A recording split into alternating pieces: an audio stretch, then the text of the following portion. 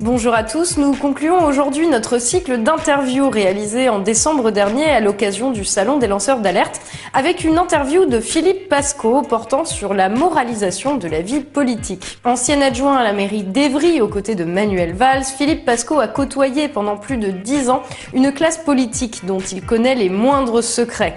Écœuré par les magouilles et les arrangements entre amis, il quitte brutalement ce petit monde en 2014 et publie plusieurs ouvrages exposant conflits d'intérêts, clientélisme et tentatives de corruption. Son livre Pilleurs d'État, sorti en 2016, s'est écoulé à plus de 100 000 exemplaires, se classant dans les meilleures ventes d'essais politiques. En décembre dernier, nous avons pu interroger Philippe Pascot sur la désaffection des citoyens pour leurs représentants, sur les affaires qui ont animé la campagne présidentielle de 2017 et sur la volonté affichée par Emmanuel Macron de renouveler la classe politique et de moraliser ses pratiques. Ces réponses vous intéresseront très certainement.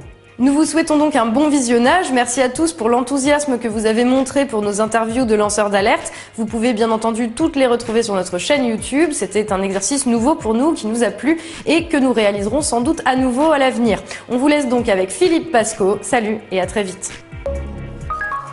Ils ont besoin des élus pour nous verrouiller, pour nous empêcher. Vous vous rendez compte que les banques, petit à petit, sont en train de nous verrouiller. Ils sont en train de travailler pour qu'on n'ait plus d'argent liquide. Ils travaillent.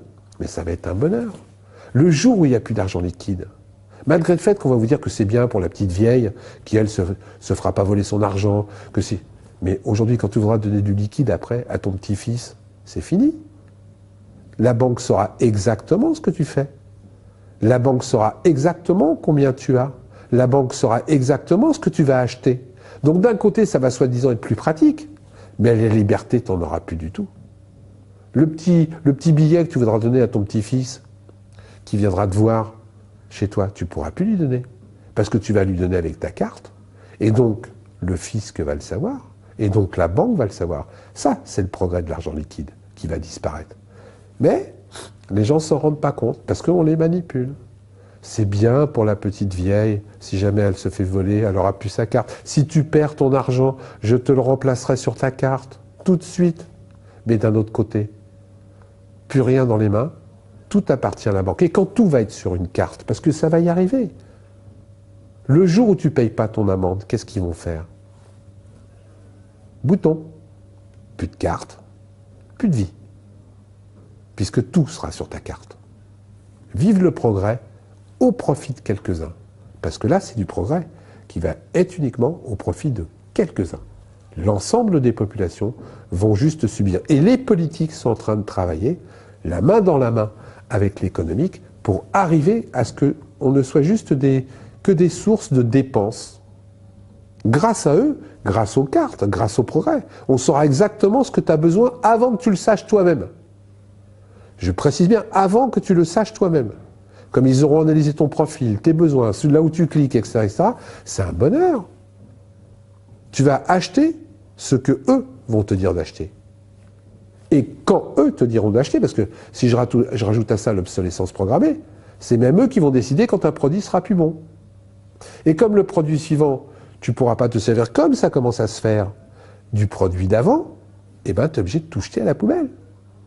Je dis c'est la société qu'on nous prépare, et c'est la société auquel participent les élus d'aujourd'hui. Alors justement, pour conclure par rapport à ça, qu'est-ce qu'on fait? On se bat, on informe. Je suis pas Dieu, je suis pas un gourou, je le dis toujours, je suis ni une assistante sociale, ni un gourou, etc. Battez-vous, relevez-vous. On peut encore aujourd'hui, on est dans des pays, encore, où on peut encore avoir des contre-pouvoirs. Moi, j'ai voyagé dans le monde entier, il y a des pays où il n'y a plus de contre-pouvoirs. Moins on se sert des contre-pouvoirs, plus la dictature s'installe. Moins vous fouillez, moins vous lisez, moins vous creusez, plus ils mettent de la terre pour que vous ne voyez rien. Donc prenez vos pelles, creusez. On peut tout savoir aujourd'hui. Moi, mais les informations que j'ai, tout le monde dit comment tu fais.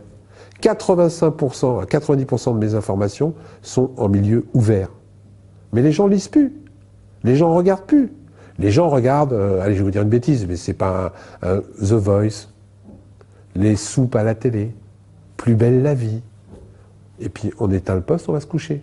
Mais la réelle information, la vraie liberté, on sait aujourd'hui en plus, ce qui est complètement fou, ce qui se passe soi-disant à 50 000 km d'ici, on ne sait pas que son voisin est en train de mourir de faim. Son voisin de palier. Là aussi, c'est nous qui devons reprendre en main.